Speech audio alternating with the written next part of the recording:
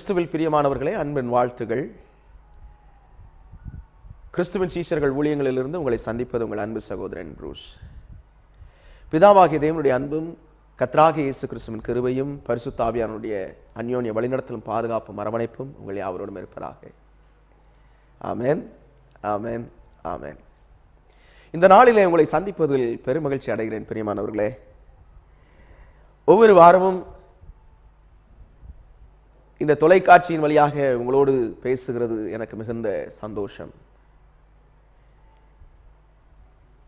தேவன் எதை செய்தாலும் நன்மைக்கு எதுவாய் செய்வார். ஆமென். நீங்க ஏதோ ஒரு மூலையிலிருந்து இதை கேட்டுக்கிட்டு இருக்கலாம். ஆனா ஒன்னே ஒன்று நிச்சயமாய் சொல்ல முடியும். நீங்கள் ஒரு எதிர்பார்ப்போடு இந்த நேரத்தில் இந்த செய்தியை கேட்பீங்கன்னா கர்த்தர் உங்களுக்கு தான் இந்த செய்தியை கொடுக்குறார். ஆமென். நீங்க என்ன எதிர்பார்த்து என்கிட்ட ஆண்டவர் பேச மாட்டாரா, எனக்கு என் சூழ்நிலையை மாற்றக்கூடிய ஒரு வார்த்தை எனக்கு வந்துடாதா அப்படின்னு சொல்லி நீங்க என்ன எதிர்பார்ப்புல இருந்து பேசினாலும் கர்த்தர் உங்களை ஆசீர்வதிப்பார். இந்த நேரத்தில் அந்த வார்த்தை உங்களுக்கு நேரே கடந்து வருகிறது. ஆமென். அதிகமாய் தெரிந்த வசனங்களாக இருக்கலாம், ஆனால் ஆவியானவருடைய உணர்த்துதலின் அடிப்படையிலே உங்களிடத்தில் இதை பேசலாம் என்று எண்ணுகிறேன். ஆமென். ஹல்லேலூயா. செப்பனியா தீர்க்கதரிசியின் புஸ்தகம், செப்பனியா தீர்க்கதரிசியின் புஸ்தகம் 3வது அதிகாரம்.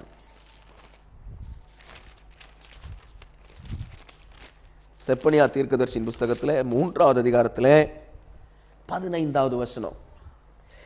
கர்த்தர் உன் ஆக்கினைகளை அகற்றி உன் சத்துருக்களை விலக்கினார். இஸ்ரவேலின் ராஜாவாகிய கர்த்தர் உன் நடுவிலே இருக்கிறார். இனி தீங்கை காணாதிருப்பாய். ஆமென்.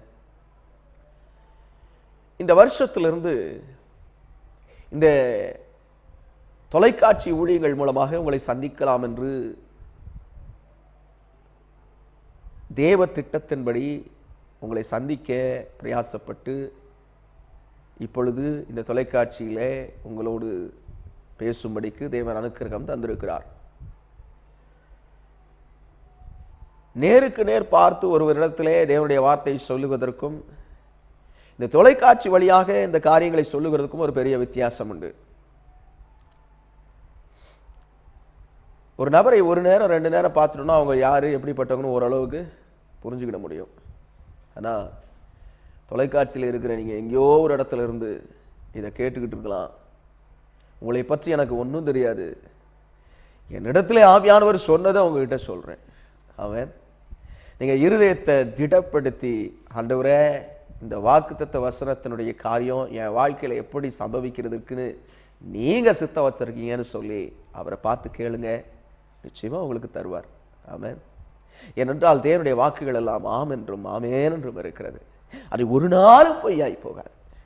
அது நிச்சயமாய் உங்களை ஆசீர்வதித்து உங்களை திடப்படுத்தும்படிக்கு உங்களோடு இருந்து உங்களை நடத்துவார். ஆமென். அந்த வசனம் அப்படிப்பட்டதா இருக்குது. நீ கேட்கலாம், என்னுடைய செய்தியை ஏற்கனவே கேட்டிருந்தீங்கன்னா, என்னுடைய பிரசங்கங்களை நீங்கள் கவனிச்சிங்கன்னா, நான் அதிகமாக சொல்கிற ஒரு காரியம் வசனம் வல்லமையுடையது என்பதை பிரதானப்படுத்தி பேசுகிறவன் நான். கேட்கலாம், பிரதர் அது எப்படி சொல்றீங்க, வசனம் எப்படி வல்லமையா இருக்குதுன்னு சொல்றீங்க? நீங்க அந்த காரியத்தை கவனிச்சு பார்த்தீங்கன்னா ஒரு சின்ன ஒரு உதாரணம் சொல்றேன் பாருங்க. நான் அடிக்கடி என்னுடைய பிரசங்கங்களிலே நான் சென்று நடத்திய ஊழியங்களில் எல்லாம் நான் சொல்லுகிற ஒரு காரியம், தேவனுடைய வார்த்தை எப்படிப்பட்டது என்பதற்காக நான் கொடுக்கிற ஒரு உதாரணம்.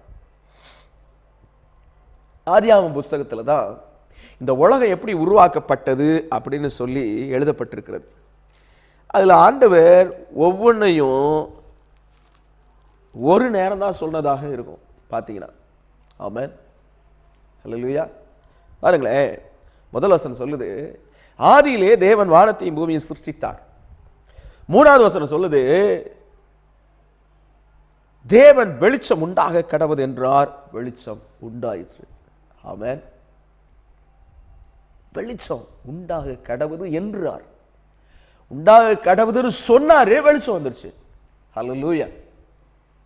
எப்படி பெரிய காரியம் பாருங்களேன். அவருடைய வார்த்தையிலே அவ்வளவு வல்லமை இருக்கிறது.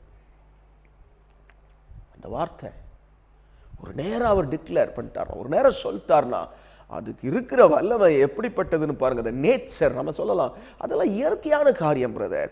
என் வாழ்க்கையிலலாம் நிறைய வேற வேற மாதிரிலாம் நடக்குது பிரதர். அவிசுவாசமா பேசாதீங்க, ஆண்டவருடைய வார்த்தையை நம்புங்க, நிச்சயமா உங்க வாழ்க்கையை சீர்படுத்துவார். ஆமென். ஹல்லேலூயா. பாருங்களேன், வெளிச்சம்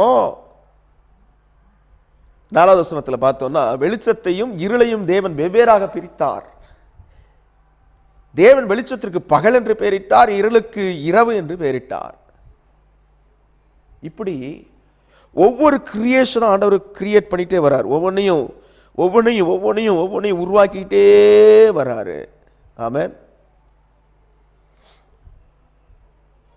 பாருங்க, ஆண்டவர் 16வது வசனம் ஆதியாகமத்தில், பகலை ஆள பெரிய சுடரும் இரவை ஆள சிறிய சுடரும் ஆகிய 2 மகத்தான சுடர்களையும் நட்சத்திரங்களையும் உண்டாக்கினார். ஆமென். பகல் ஆள்றது என்னது? சூரியன் இல்லையா? ஆண்டவர் இப்படி ஒண்ணா கிரியேட் பண்ணி வர்றதெல்லாம் ஒரே ஒரு நேரம் சொல்ற அந்த வார்த்தையினால. அந்த வார்த்தையினாலே உலகங்கள் உருவாக்கப்பட்டது.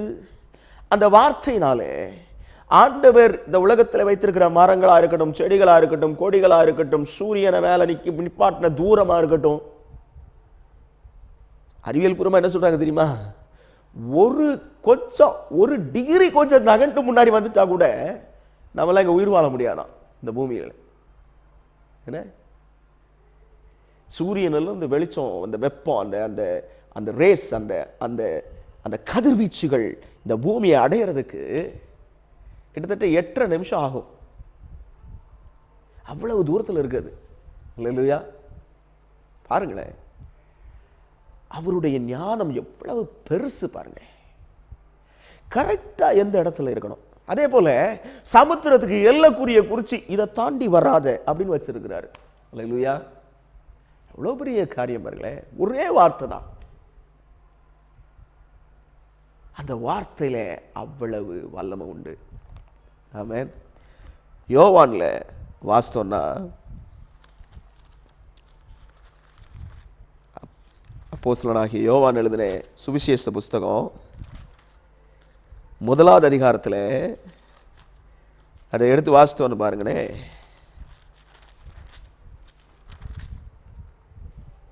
1வது வசனத்தில் இருந்து வாசிப்போம். ஆதியிலே வார்த்தை இருந்தது, அந்த வார்த்தை தேவனிடத்தில் இருந்தது, அந்த வார்த்தை தேவனாயிருந்தது, அவர் ஆதியிலே தேவனோடு இருந்தார். யாரை பத்தி சொல்றாரு? கர்த்தராகிய இயேசுவை பத்தி இந்த இடத்துல சாட்சி கொடுக்கப்பட்டிருக்கிறது. சகலமும் அவர் மூலமாய் உண்டாயிற்று, உண்டானதொன்றும் அவராலே அல்லாமல் உண்டாக்கப்படவில்லை. ஆமென். இயேசுதான் எல்லாத்தையும் உருவாக்குறதுக்கு காரணியாய் இருந்தார். பாருங்க, அவருக்குள் ஜீவன் இருந்தது, அந்த ஜீவன் மனுஷருக்கு ஒளியாய் இருந்தது, அந்த ஒளி இருளிலே பிரகாசிக்கிறது, இருளானது அதை பற்றி கொள்ளவில்லை. ஆமென். ஹல்லேலூயா. ஆண்டவருடைய வார்த்தை, அந்த வார்த்தை மாம்சமாகி, 14வது வசனம், அந்த வார்த்தை மாம்சமாகி கிருபையினாலும் சத்தியத்தினாலும் நிறைந்தவராய் நமக்குள்ளே வாசம் பண்ணினார். அவருடைய மகிமையை கண்டோம், அது பிதாவுக்கு ஒரே பேரானவருடைய மகிமைக்கு ஏற்ற மகிமையாகவே இருந்தது. ஆமென். அது வார்த்தை இருந்துச்சு ஆதியிலே, அந்த வார்த்தை தேவனிடத்தில் இருந்துச்சு, அந்த வார்த்தை தேவனா இருந்துச்சு. ஆமென். எப்படி பாருங்க, தேவனிடத்தில் இருந்துச்சு, தேவனா இருந்துச்சு. அப்புறம் அவர் ஆதியிலே தேவனோடு இருந்தார். அந்த வார்த்தையை அப்படியே டிரான்ஸ்ஃபார்ம் பண்ணி, அதுதான் இயேசு கிறிஸ்து, அது தேவனா இருக்கிறாருங்கிறத அதை தெளிவுபடுத்தி யோவான் அதை எழுதுறதை பார்க்க முடியும். ஆமென். ஹல்லேலூயா. இது அப்போஸ்தல உபதேசம். கவனிச்சு பாருங்களேன். என்ன, அவருக்குள் ஜீவன் இருந்தது, அந்த ஜீவன் மனுஷருக்கு ஒளியா இருந்தது. ஆமென். பாருங்க, அந்த வார்த்தை மாம்சமாகி கிருபையினாலும் சத்தியத்தினாலும் நிறைந்தவராய் நமக்குள்ளே வாசம் பண்ணினார். சரி, நீங்க கேட்கலாம், பிரதர், நீங்க சொன்ன செப்பனியா 3:15க்கும் இப்போ பேசுற காரியத்துக்கும் என்ன சம்பந்தம்? தேவனுடைய வார்த்தையில வல்லமை இருக்குதுங்கிறத நீங்க புரிஞ்சுக்கிறதுக்காக நான் இதை சொன்னேன். அவர் சொல்றார், உங்களை பார்த்து, உன் ஆக்கினைகளை அகற்றுவேன். நீ எப்பேற்பட்ட ஆக்கினையில, எப்பேற்பட்ட பிரச்சனையில, ஒருவேளை நீ ஏதோ தவறு பண்ணதுனால, குற்றம் பண்ணதுனால பிரச்சனைகள் இருக்கலாம். மாம்சத்துல ஏதோ ஒரு தவறு, ஏதோ ஒரு விதத்திலே விழுந்து போன ஒரு நிலையில உன்னை யாரோ ஏமாற்றி உன்னை அந்த பாவத்திற்குள்ளே நீ விழுந்திருக்கலாம். அரசாங்கத்துக்கு எதிரான ஒரு காரியத்திற்குள்ளே நீ போய் விழுந்திருக்கலாம். எதுவா இருந்தாலும்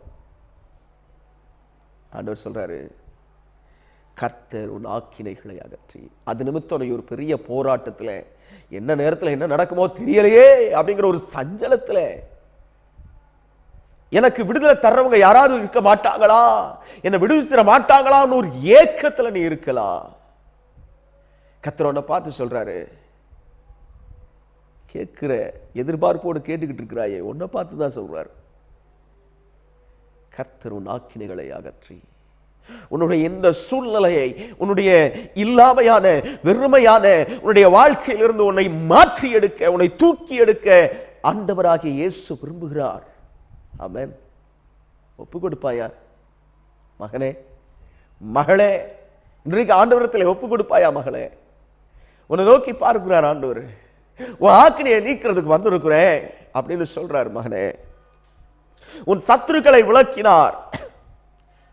உன் சத்ருவா அவன் பக்கத்துல இருந்து யாரெல்லாம் உனக்கு விரோதமா பேசி உனக்கு எதிராக நடந்துக்கிட்டாங்களோ அவங்க எல்லாரையும் ஆண்டவர் விளக்குனாருங்கிறாரு. இந்த இடத்துல சொல்லப்பட்டிருக்கிற கான்டெக்ஸ்ட், அவங்களுக்கு எதிராக நிறைய போராட்டம், பிரச்சனை, ஜனங்கள் எதிர்த்து வந்து அவர்களை முற்றுகை போட்டு கொலை செய்யக்கூடிய ஒரு நிலைமை. அப்படிப்பட்ட ஒரு நிலையில இருக்கிற அவர்களை பார்த்து தான் கர்த்தர் சொன்னாரு, உன் சத்துருக்களை விளக்கினார். ஆமென். ஆண்டவர் உன் சத்துருக்களை விளக்க விரும்புகிறார். இதனால இதுல என்ன சொல்றார் பாருங்க, விளக்குவேன்னு சொல்லல, விளக்கினார் என்று சொல்கிறார்.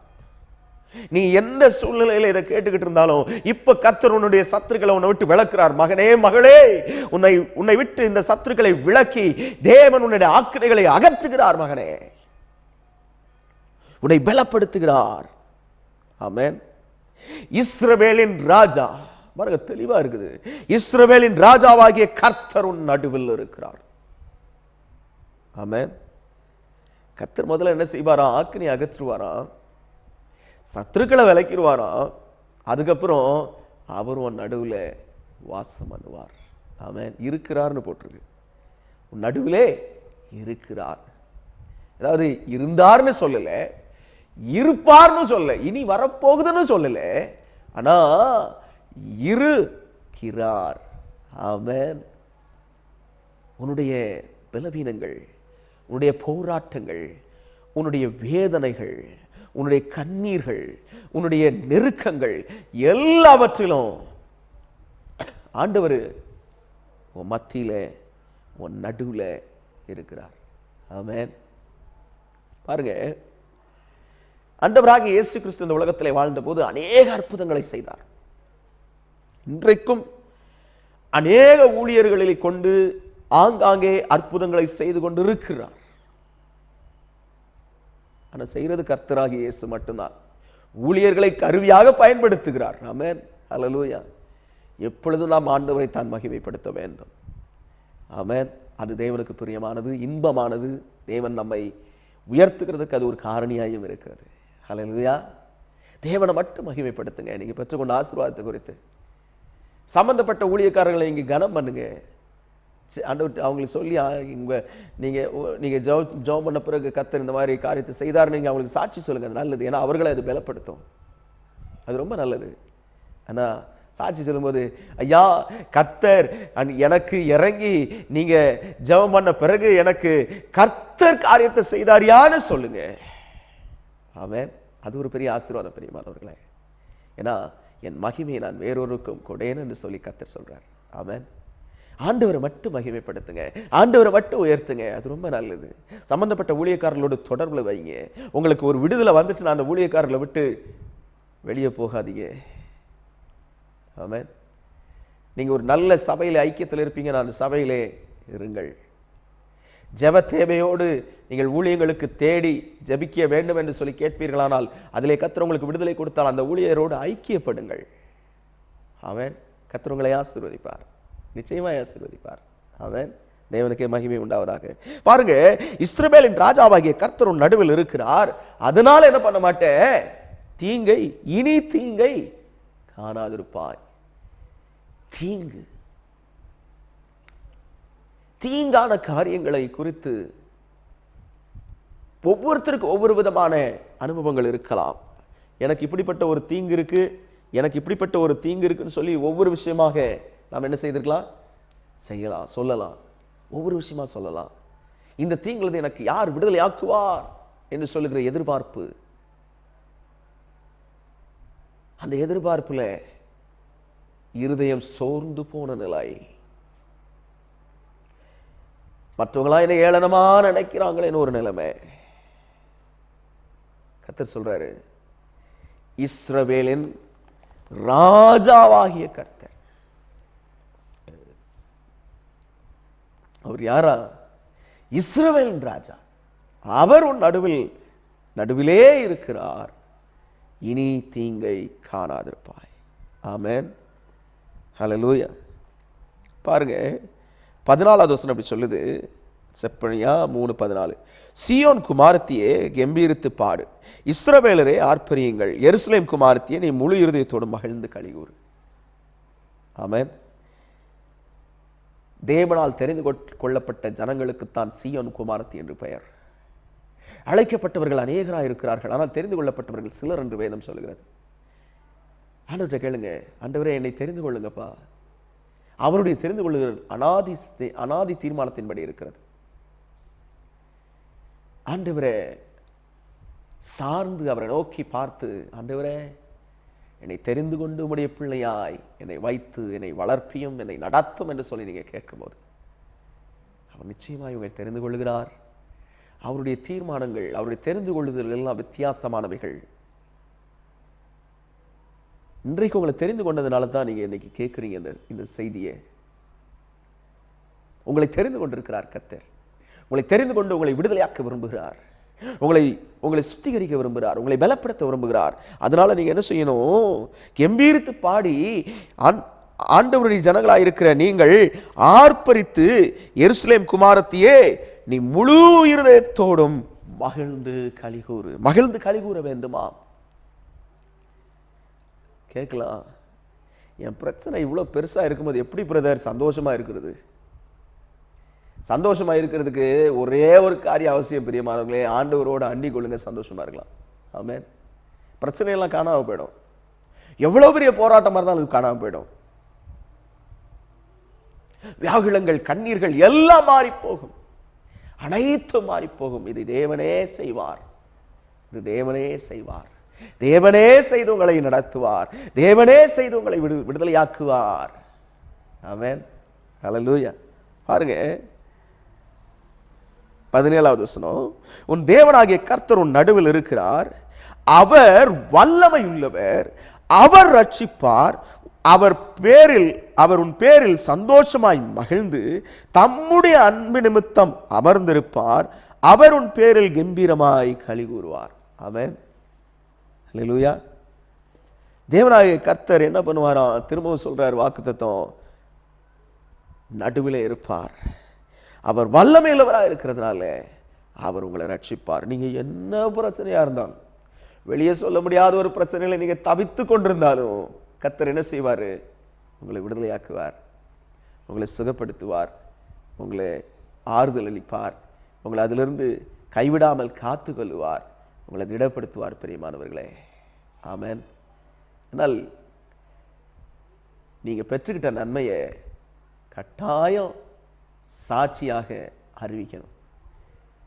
ஊழியங்களுக்கு மட்டுமா, ஊழியக்காரர்களுக்கு மட்டுமா, ஊழியர் நடக்கிற இடத்துல மட்டுமா? இல்லை இல்லை இல்லை, அதுவும் அவசியம், அது ரொம்ப அவசியம். ஏன்னா மற்றவர்களை அது தேற்றும், மற்றவர்களுக்கு அது ஆசீர்வாதமாக இருக்கும். கர்த்தர் உங்களுக்கு செய்கிற நன்மையை நீங்கள் சாட்சியாக வந்து சொல்லும்போது அது மற்றவர்கள் பலப்படுகிறதுக்கு, மற்றவர்கள் விசுவாசத்தில் வளர்கிறதுக்கு அது உதவியாக இருக்கும். ஆனாலும் ஆண்டவர் எதிர்பார்க்கறது என்ன? ஆண்டவர் நீங்கள் அறியாமல், அதாவது இயேசுவை பற்றி இன்னும் தெரியாமல் இருக்கிறாங்களா, உங்கள் வீட்டு பக்கத்திலே இருப்பாங்க. யாருக்காவது சொல்லியிருக்கீங்களா இயேசுவின் அன்பை பற்றி? கொஞ்சம் யோசித்து பாருங்களேன். இயேசுவை பற்றி சொல்லியிருக்கீங்களா? அவங்கள நம்ம சொன்னால் கேட்குற நிலையில் நம்முடைய வாழ்க்கை இருக்குதா? கொஞ்சம் அதையும் நம்ம யோசித்து பார்க்கணும்ல. ரோட்டில் தெருவில் சண்டை போட்டுட்டு, தெருவில் இறங்கி சண்டை போட்டுட்டு, ரோட்டில் இறங்கி சண்டை போட்டுட்டு இயேசு நல்லவர்னு சொன்னால் அவங்களுக்கு எப்படி இருக்கும்? ஆண்டவர் தான் சொன்னார், உன் தேவனாகிய கர்த்தருடைய நாமத்தை வீணிலே வழங்காதிருப்பாயாக. ஆண்டவருடைய நாமத்தை தேவையில்லாமல் அங்கே பயன்படுத்தி என்ன சொல்லுவாங்க தெரியுமா? இவெல்லாம் பைபிளை தூக்கிட்டு கோயிலுக்கு போகிறான், இவெல்லாம் பைபிளை தூக்கிட்டு கோயிலுக்கு போகிறா அப்படின்னு ஆண்டவரை தூஷிச்சிருவாங்க. நாம் அதுக்கு இடம் கொடுக்கக்கூடாது. சரியா பிரியமானவர்களே? ஒரு வேலை அப்படி யாராவது இருந்தீங்கன்னா, தெருவில் இறங்கி சண்டை போடுறது மட்டும் இல்லை, நிறைய காரியங்கள் இருக்கு. சாட்சியுள்ள ஒரு வாழ்க்கை. இந்த சகோதரி கிட்ட வந்து நான் என் பிரச்சனையை சொன்னால் அந்த சகோதரி ஜோம் பண்ணாங்கன்னா எனக்கு ஒரு பெரிய விடுதலை, எனக்கு ஒரு ஆறுதல் எனக்கு கிடைக்கும்னு அவங்க நம்புகிறாங்களா? அல்லது இந்த அம்மாட்ட சொன்னால் இந்த அம்மா ஊரெல்லாம் சொல்லிவிடுமே அப்படின்னு பயப்படுறாங்களா? இந்த சகோதரன்கிட்ட சொன்னால் இவர் எல்லாத்தையும் போட்டு கொடுத்துருவாரே, சொல்லி கொடுத்துருவாரே அப்படின்னு பயப்படுறாங்களா? எப்படி இருக்கிறது உங்களுடைய சாட்சி? நான் சாட்சியுள்ள ஒரு ஜீவியை ஜீவித்தாதான் இயேசுவை சொல்ல முடியும். எப்பவும் சந்தோஷமா இருந்து பாருங்க. இயேசுவை உங்ககிட்ட பார்த்து மற்றவங்க என்ன பண்ணுவாங்க? தேடி வந்து, எப்பா சகோதரனே, சகோதரியே, நீ எப்படி இவ்வளவு சந்தோஷமா இருக்கிற?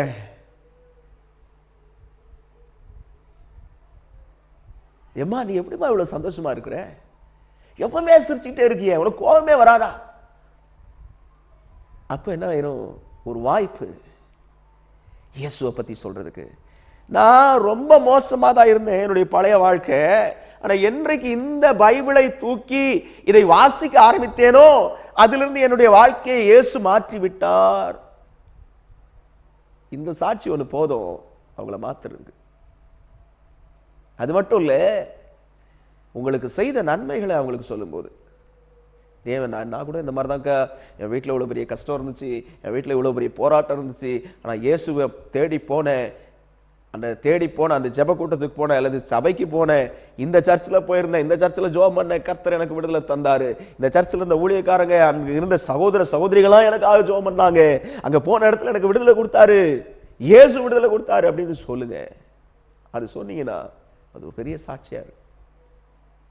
அந்த ஜனங்களுக்குள்ளே ஒரு ஆறுதலை உண்டாக்கணும்.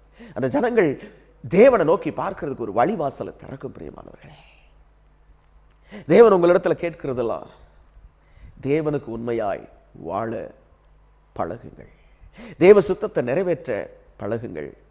அதனால இன்றைக்கு கண்ணீரோடு, வேதனையோட, கவலையோட, நெருக்கத்தோட, பாரத்தோட, போராட்டங்களோட நீங்க இருப்பீங்கன்னா, அது எப்பேற்பட்ட சூழ்நிலையா இருந்தாலும் எல்லாத்தையும் கர்த்தர் என்ன பண்ண விரும்புகிறாரு?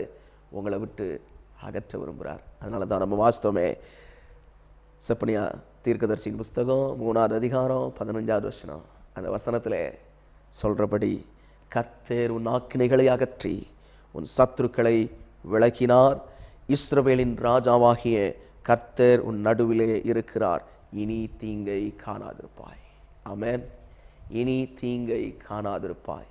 என்ன சூழ்நிலை என்னவா இருந்தால் தேவனுடைய வார்த்தைக்கு நீங்க செவி கொடுக்கும் போது, தேவனுடைய சித்தத்தை செய்யறதுக்கு உங்களை ஒப்பு கொடுக்கும் போது, கர்த்தர் நிச்சயமாகவே உங்களை மாற்றி, உங்களை பலப்படுத்தி, உங்களை தம்முடைய கிருபைக்குள்ள வைத்து ஆசீர்வதிப்பார். பிரியமானவர்களே, நிச்சயமாகவே உங்களுக்கு விடுதலை தருவார். பிரியமானவர்களே, நீங்க எந்த போராட்டத்தையும் ஜெயிக்கக்கூடிய புது பலனை உங்களுக்கு கர்த்தர் தருவார். பிரியமானவர்களே, கர்த்தர் உங்களுடைய எல்லா தேவைகளையும் சந்தித்து கர்த்தர் உங்களை ஆசீர்வதிப்பார். பிரியமானவர்களே,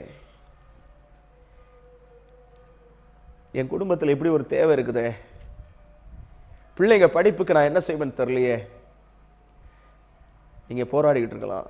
பிள்ளைங்க படிப்பை குறித்து ஒரு போராட்டம்,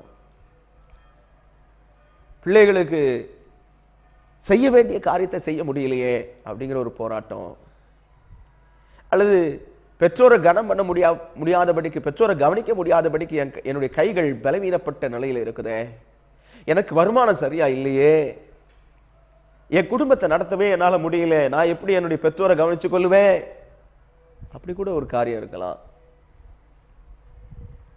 எதுவாக இருந்தாலும் உங்கள் கைகளை தேவன் திடப்படுத்துவார். உங்கள் கைகளை தேவன் நெகிழ விட மாட்டார். உங்கள் கைகளை தேவன் அரவணைத்து உங்கள் கைகளை ஆசீர்வதிப்பார். ஆமென்.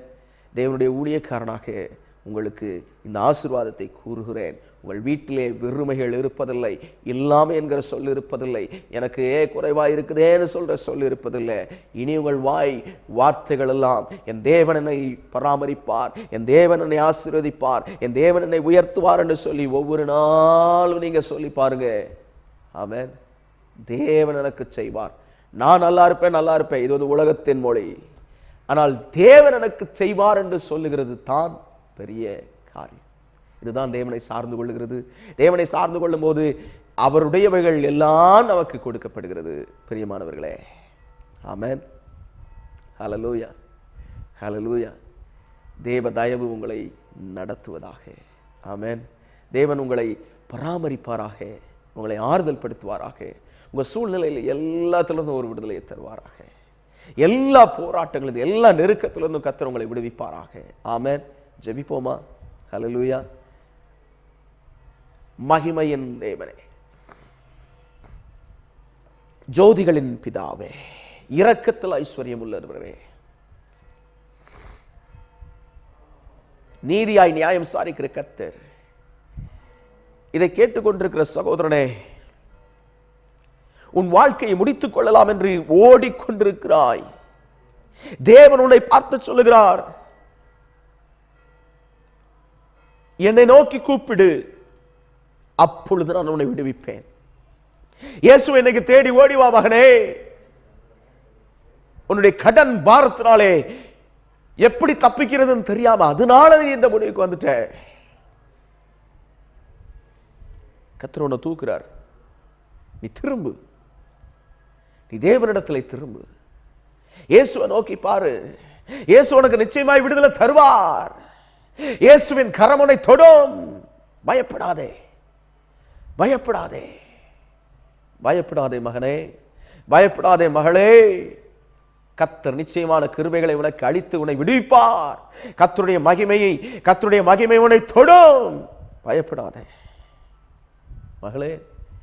உன் சரீரத்தில் இருக்கிற பலவீனத்தை வெளியே சொன்னா எல்லாரும் என்ன ஏளனமா பார்ப்பாங்களேன்னு சொல்லி நீ வெளியே சொல்லாம உனக்குள்ளேயே வச்சு நீ அழுதுகிட்டு இருக்கிறத கர்த்தர் பார்க்கிறார். பயப்படாத மகளே, உன்னை தொட்டு கர்த்தர் விடுதலையாக்குகிறார். இயேசுவின் ஆணி பாய்ந்த கரத்தின் வல்லமை, கர்த்தராகிய இயேசு கிறிஸ்துவின் ஆணி பாய்ந்த கரத்தின் வல்லமை இப்பொழுதே உனக்கு நேராக வருகிறது. கர்த்தராகிய இயேசு கிறிஸ்துவின் ஆணி பாய்ந்த கரத்தின் வல்லமை, I command the deliverance in Jesus name. இயேசுவின் நாமத்திலே விடுதலை உண்டாவதாக என்று கட்டளை கொடுக்கிறேன். ஆண்டவரே, இப்படி போல நெருக்கத்திலே போராட்டத்தில் இருக்கிற பிள்ளைகள் எல்லாம் விடுதலையாக்குங்க. கரத்தில் ஒப்பு கொடுக்கிறேன். காத்துக்கொள்ளுங்க. கர்த்தராகிய இயேசுவின் நாமத்திலே அர்ப்பணித்து ஜெபிக்கிறோம் நல்ல தகப்பனே. ஆமென், ஆமென், ஆமென். தேவ சமாதானம் உங்கள் இருதயங்களில் ஆளுகை செய்து தேவ கரம் உங்களோடு இருந்து சுகம் என்கிற பிள்ளைகளின் அப்பம் சுகம் என்று எழுதப்பட்டிருக்கிறது. அந்த பிள்ளைகளின் அப்பம் உங்கள் வாழ்க்கையிலே பரிபூர்ணமாய் கிடைக்கும்படிக்கு தேவன் அனுக்கிரகம் தந்தருள்வாராக. ஆமென், ஆமென், ஆமென்.